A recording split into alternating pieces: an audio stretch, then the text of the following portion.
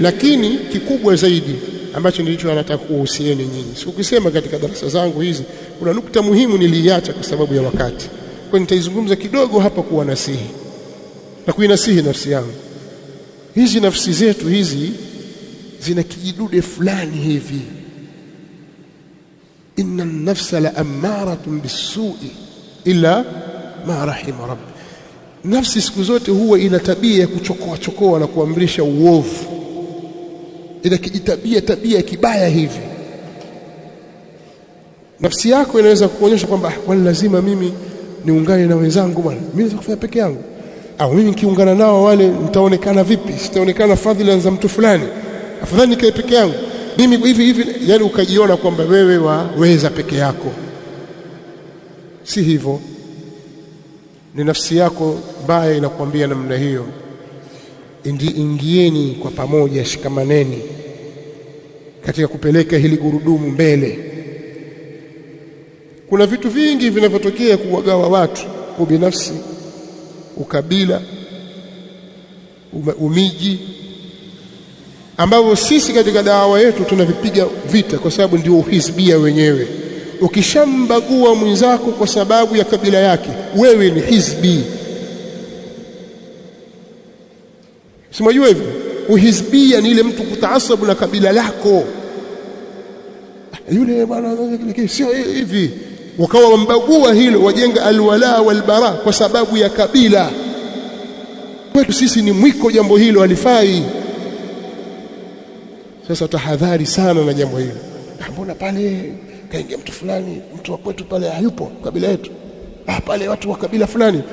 Tufanyeni mambo na kutoa nafasi na kusaidiana kwa kuwa huyo amestahiki, si kwa sababu yeye ni mwenyetu, mtu wa kwetu. Vitu kama hivyo tuviache. Tusibaguane kwa sababu ya rangi. Ubaguzi wa rangi katika Uislamu haufai.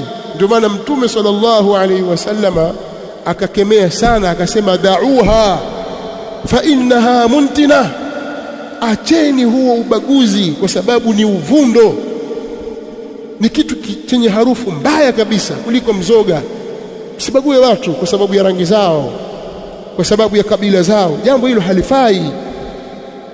Msiwabague watu kwa sababu ya maeneo wanayotoka, hilo jambo halifai.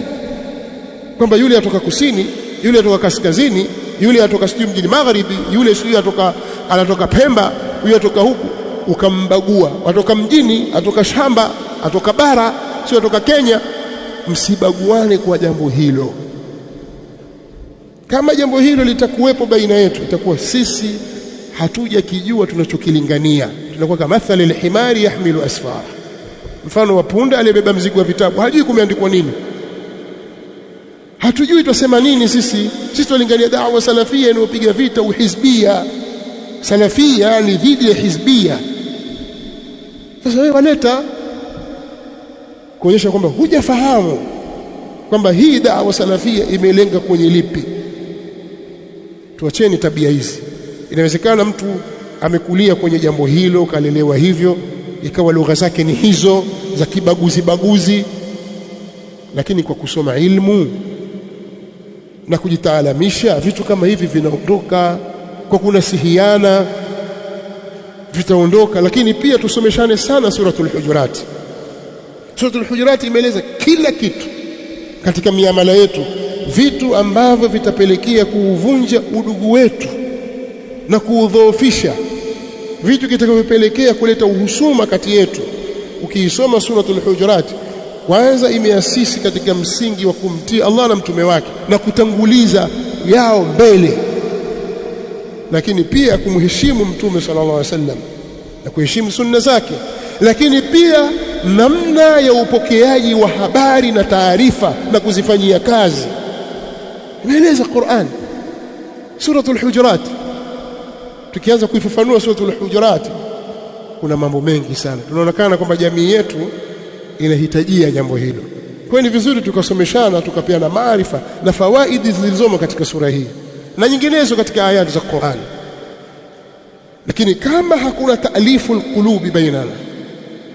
Lakini kama hakuna taalifu alqulubi bainana, huwa alladhi ayyadaka binasrihi wa bilmu'minin. Anaambiwa Mtume sallallahu alaihi wasallam, yeye Allah ndiye aliyekupa nguvu wewe kwa nusura yake na kwa sababu ya waumini. Usidharau jambo hilo, wala simdharau mtu yoyote. Yule jahili tu yule, wajua wao majuhali hao.